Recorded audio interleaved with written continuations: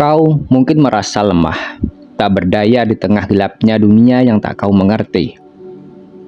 Tapi tahukah kamu, saat tanganmu terangkat dan hatimu bergetar dalam diam, tanpa sorotan mata manusia, saat itulah kamu sedang menggenggam senjata paling kuat di seluruh alam semesta.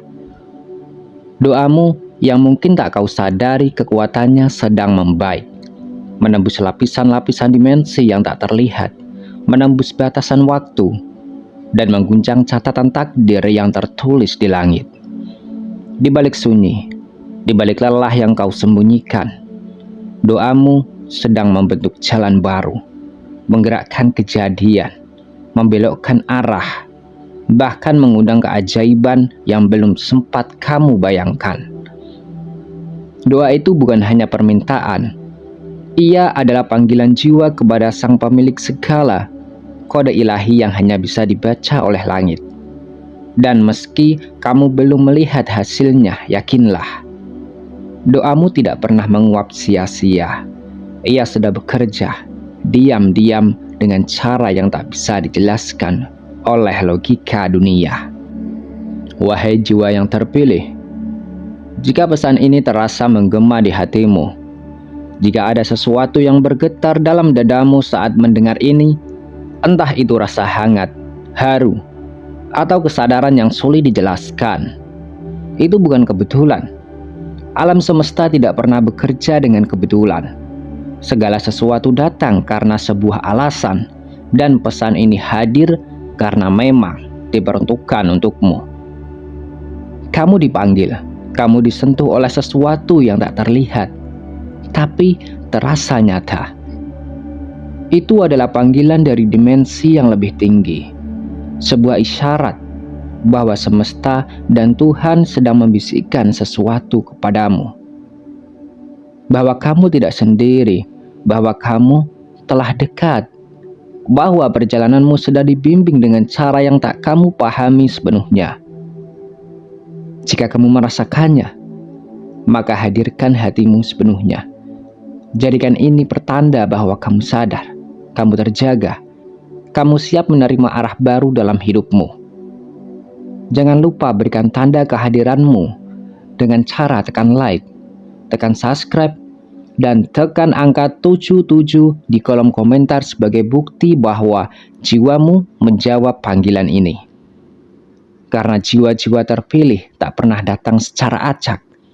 Mereka hadir karena memang telah ditulis untuk berada di sini, di momen ini, untuk menerima cahaya ini. Bab pertama, doa bukan hanya kata, tapi energi yang menembus dimensi.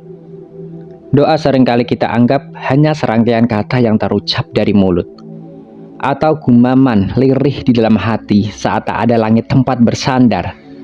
Tapi sejatinya, doa adalah lebih dari itu. Ia adalah bentuk komunikasi rohani antara ciptaan dan sang pencipta. Sebuah energi halus tak kasat mata, namun dahsyat kekuatannya. Karena doa lahir dari kedalaman kesadaran, dari luka yang tulus, dari cinta yang ikhlas, dan dari pengakuan bahwa ada kekuatan lebih besar yang mengatur segalanya. Saat kamu berdoa, tanpa kamu sadari, kamu sedang memancarkan frekuensi spiritual dari jiwamu.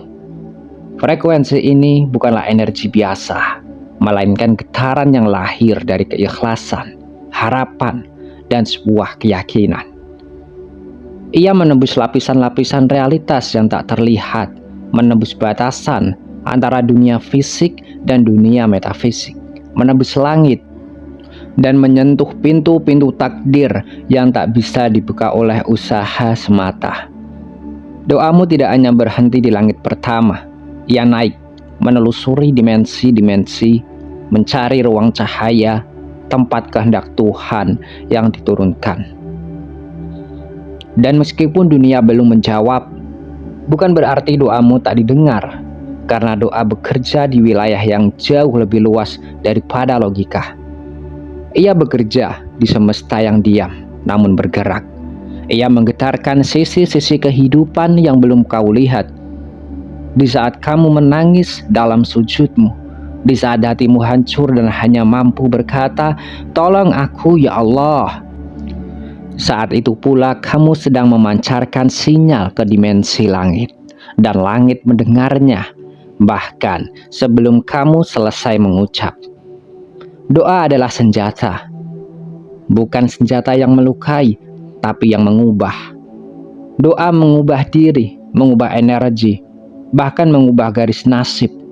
Dan terkadang doa tidak langsung mengabulkan apa yang kamu minta, tapi ia mengantarkanmu kepada yang lebih tinggi, lebih dalam, dan lebih tepat dari yang kamu bayangkan. Jadi, saat kamu berdoa, jangan sekedar melafalkan. Sadari bahwa kamu sedang berbicara dengan semesta, dengan Tuhan, dengan kekuatan yang tidak terbatas. Hadirkan hatimu sepenuhnya, karena setiap doa yang dilandasi dengan kesadaran penuh bukan hanya kata-kata, tapi cahaya, dan cahaya itu akan menemukan jalannya. Bab kedua, doamu menciptakan jalan saat dunia tak lagi menawarkan sebuah jawaban. Akan tiba masanya dalam hidup di mana logika tidak lagi bisa menjelaskan keadaanmu. Semua usaha sudah dicoba, semua peluang sudah dicari. Semua manusia yang kamu andalkan mulai berlahan pergi atau tidak mampu memberi apa-apa. Dan di saat itu, kamu merasa seperti berjalan dalam lorong gelap tanpa arah. Bertanya dalam hati, lalu, aku harus bagaimana? Itulah saat ketika doa tak lagi menjadi perlengkapan, tapi satu-satunya jalan keluar. Dunia bisa menutup segala kemungkinan, tapi Tuhan tak pernah kehabisan cara. Dan melalui doa, kamu sedang mengetuk pintu yang tak pernah tertutup, hanya sedang menunggu waktunya terbuka. Doa bukan mengganti usaha, tapi ia adalah jembatan antara usaha dan hasil yang belum terlihat. Ia bukan suara lemah dari hati yang kalah, melainkan kekuatan tak kasat mata yang mampu menggeser takdir. Doamu menciptakan jalan, bukan jalan biasa, tapi jalan yang belum pernah ada sebelumnya. Jalan yang tidak ditemukan di peta kehidupanmu, karena memang belum waktunya terlihat. Tapi saat kamu berdoa dengan hati yang hancur, dengan jiwa yang penuh harap, dan dengan keikhlasan total, kamu sedang menulis jalur baru di blueprint semesta. Jalur yang bisa membelokkan arah nasibmu, membalikkan keadaan, bahkan membangkitkan harapan yang sudah lama mati. Bayangkan, di balik takbir realitas yang kamu lihat, setiap kali kamu berdoa, cahaya-cahaya kecil tercipta. Dan bila kamu terus berdoa, terus percaya, cahaya itu semakin besar, hingga ia membuka satu ruang baru dalam hidupmu. Ruang yang belum pernah ada sebelumnya. Ruang yang membawa jawaban yang tidak berasal dari dunia ini, tapi dari langit. Kadang jawaban doamu tidak datang dalam bentuk yang kamu minta. Kadang ia datang dalam bentuk rasa tenang, dalam bentuk keberanian untuk melangkah lagi, atau bahkan dalam bentuk orang baru yang tak pernah kamu sangka hadir. Itulah cara semesta bekerja. Bukan selalu sesuai keinginanmu, tapi selalu sesuai kebutuhan jiwamu. Ketika semua jalan tertutup, jangan panik, jangan menyerah. Ingatlah, doamu bukan hanya seruan, tapi kekuatan. Ia bisa membuka jalan di tempat yang tak mungkin. Ia bisa mengubah arah angin. Ia bisa menundukkan semesta. Maka teruslah berdoa, karena saat dunia membungkammu, langit masih mendengarmu. Bab ketiga, keyakinanmu adalah pedangnya, ketekunanmu adalah tamengnya. Doa tanpa keyakinan adalah seperti panah tanpa arah, meluncur, tapi tak pernah sampai.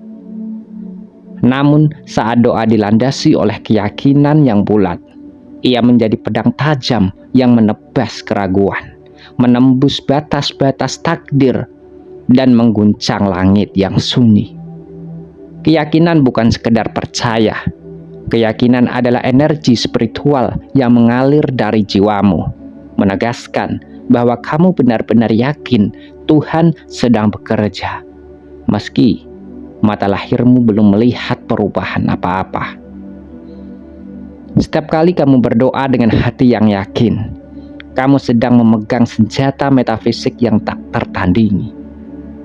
Dunia bisa menolak keinginanmu, tapi dunia tidak bisa melawan kuasa Tuhan yang kamu panggil lewat keyakinanmu. Dalam sunyi, dalam air mata, dalam keterbatasanmu, saat itulah keyakinanmu bersinar paling terang. Itulah pedangmu. Dan sebaliknya, ketekunanmu adalah tameng, perlindungan terhadap keraguan, terhadap keputusasaan yang sering datang menyelinap saat doa-doa belum juga berbuah. Ketekunan adalah bentuk sabar yang aktif. Ia bukan hanya menunggu, tapi terus berusaha, terus berdoa, terus berjalan walau tak tahu hasilnya kapan datang. Orang yang tekun tidak hanya percaya bahwa harinya akan tiba, tapi ia juga bersedia menjalani prosesnya meski melelahkan, meski lambat, meski sepi. Dalam dunia ini, keyakinan dan ketekunan bukan hanya sebuah sifat, tapi frekuensi jiwa yang menciptakan getaran kuat ke semesta. Getaran itu terkirim ke dimensi di mana takdir sedang ditata. Dan setiap kali kamu bertahan, meski hari terasa sama, meski doa belum dijawab, semesta mencatatnya, dan Tuhan membalasnya dengan waktu yang tak pernah salah. Maka jangan lepas pedangmu, jangan turunkan tamengmu, sebab di medan kehidupan yang tak terlihat ini, kau sedang berperang melawan hal yang tak semua orang bisa lihat. Keraguan, waktu, keheningan, dan keputusasaan. Tapi kamu punya dua senjata luar biasa, keyakinan yang menebas dan ketekunan yang melindungi. Dengan keduanya, kamu akan sampai pada takdirmu, bukan hanya utuh, tapi tumbuh. Bab keempat, air matamu bukan lemah, tapi simbol aktivasi energi rohani.